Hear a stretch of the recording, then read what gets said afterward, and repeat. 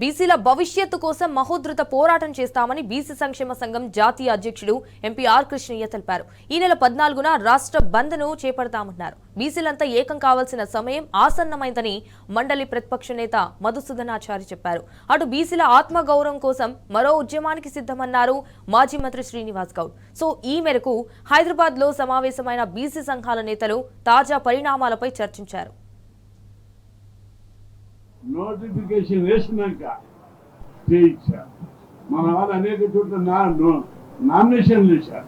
Nomination వేసినాక వేయడం అంటే అన్నం ముద్ద నోటికాడికి గుంజుకున్నారు. నోటికాడ అన్నం ముద్ద గుంజుకుంటే ఏంటిది? అది అవమానం. అన్యాయాన్ని 72 సహించడం, అవమానాన్ని మాత్రం 1 నిమిషం సహించని జాతి మన బీసీ జాతి. కాబట్టి ఇది అవమానానికి వ్యతిరేకంగా పోరాటం. కాబట్టి బీసీ జాతి అంతా తిరుగుబాటు చేసే సమయం ఆసన్నమైంది.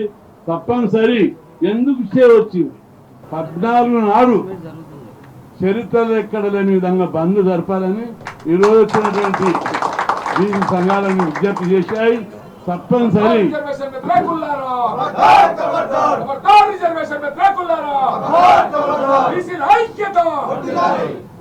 తప్పనిసరి ఆ రోజు బంద్ చరిత్రాత్మకంగా గతంలో మండల్ కమిషన్ జరిగినట్టు, సమసంగ్రామ పరిషత్ అప్పుడు జరిగినట్టు, 2007లో కేంద్ర విద్యా సంస్థలకు సేవ వచ్చినప్పుడు జరిగినట్టుగా జరుగుతుంది. వ్యవస్థలన్నీ కూడా మన ఉద్యమానికి చూసి భయపడాలి. తెలంగాణ ఉద్యమం ఏ విధంగా అయితే మిలియన్ మార్చ్, ఏ విధంగా అయితే బంధులు, ఏ విధంగా అయితే ఊరికి టెంట్లు పడ్డాయో అంతకు మించినది చేయాలని చెప్పి ఈ సభాముఖంగా మనల్ని చెప్తున్నా. ఈ దేశంలో ఆత్మగౌరవానికి ప్రతిరూపం తెలంగాణ. ఈ దేశంలో త్యాగానికి మరో పేరు తెలంగాణ. ఈ దేశంలో అన్యాయం జరిగితే సహించక, అవమానం జరిగితే ఎదిరించి అనుకున్నటువంటి ఆత్మగౌరవ భావన ఎగరవేసినటువంటి స్థానం తెలంగాణ సొంతం. కాబట్టి దేశంలో ఉన్నటువంటి బీసీలకు కూడా న్యాయం జరగాలి అనంటే ఈ దేశం బీసీల దేశంగా రూపాంతరం చెందాలి అనంటే తెలంగాణలో కొనసాగుతున్నటువంటి ఈ పరిస్థితి మీద మనమందరం కూడా సమిష్టిగా ఒక శక్తిగా ముక్త కంఠంతో ఒకే మాట ఒకే బాటగా ప్రతిధ్వనించి ప్రతిఘటించి న్యాయం జరిగేంత వరకు పోరాటానికి సన్నద్ధం కావాల్సినటువంటి అవసరం ఉంది. ఇది ఒక సుదీర్ఘమైనటువంటి కార్యాచరణ రూపొందించుకోవాల్సినటువంటి సమయం. కాబట్టి వీలైనంత త్వరలో బీసీలకు న్యాయం జరగాలి అనేటువంటి వాళ్ళందరం కూడా సమిష్టిగా సమావేశమై ఒక కార్యాచరణ రూపొందించుకొని ముందుకు తీసుకుపోయి బీసీ సమాజాన్ని కూడా కదిలించాల్సినటువంటి అవసరం ఉంది. మనల్ని తిక్కులం చేయడానికి, చెవిలో పువ్వు పెట్టడానికి, మమ్మల్ని నమ్మబలగడానికి రే సుప్రీంకోర్టు కాడ పోయి ఫోటోలు దిగి ఆ బొమ్మ వచ్చేటట్లు సుప్రీంకోర్టు మొత్తంగా అనిపించేటట్టు, మళ్ళీ ఏడాది చెట్లకేం దిగితే అరే వీడు ఏడ దిగిండి అనుకుంటారని చెప్పి వాళ్ళు సుప్రీంకోర్టు బొమ్మ కనిపించేటట్లు సీరియస్గా చూస్తుంటేనే ఫోటో కొట్టినట్లు మనం చూసి అబ్బా సుప్రీంకోర్టు కదా అది ఎంత కొట్లాడుతారో చూసినా ఆడపోయి అనుకునేటట్లు.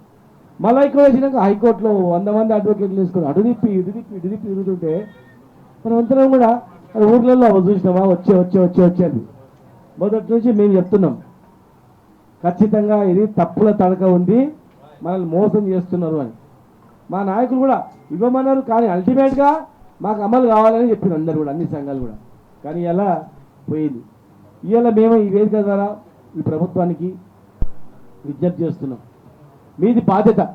ఇవాళ కోర్టులో పోయిన తర్వాత ఏం చేయాలి? మీరు సుప్రీంకోర్టుకు పోతారా, లేదు ఢిల్లీలో మకాం వేసి ఇక మేము హైదరాబాద్ రామ్, ఇది సాధించుకొని వస్తాం, జయలలిత మాదిరిగా సాధించుకొనే తెలంగాణ అడుగు పెడతామని చెప్పి అడుగు పెడతారా? లేదు అఖిలపక్షాన్ని మొత్తం తీసుకుపోయి అడుగు కూర్చుంటారా? లేదు అన్ని సంఘాలను తీసుకుపోయి అందరు రాండి అని చెప్పి తీసుకుపోయి అందరం కూర్చున్నాం, అక్కడనే ఢిల్లీలో కూర్చున్నాం. అడ్వకేట్ జేఎస్ రాండి, డాక్టర్లు రాండి, యూత్ రాండి, అన్ని కుల సంఘాలు రాండి, ప్రతి ఒక్కరు రాండి, ఇలా ఢిల్లీలో పోయి కూర్చుందాం, ఆడనే వంటలు వండుకొని తిందాం, అటో ఇటో తెలుసుకుందాం అని చెప్పి అందరిని తీసుకెళ్తారా? సంఘాలను తీసుకెళ్తారా? లేదు అన్ని రాజకీయ పార్టీలను తీసుకెళ్తారా? లేకపోతే ఎవరు అవసరం లేదు క్యాబినెట్ ఎమ్మెల్యేలు మీరు పోయి కూర్చొని తెస్తామని చెప్పి మీరు పోయి కూర్చుంటారా? తెలియదు. మీరు ఇట్లా ఈ ప్రక్రియ చేయకుండా ఒత్తిడిగా ఇంకొక డ్రామా అయితే మాత్రం ఎట్టి పరిస్థితుల్లో క్షమించరు.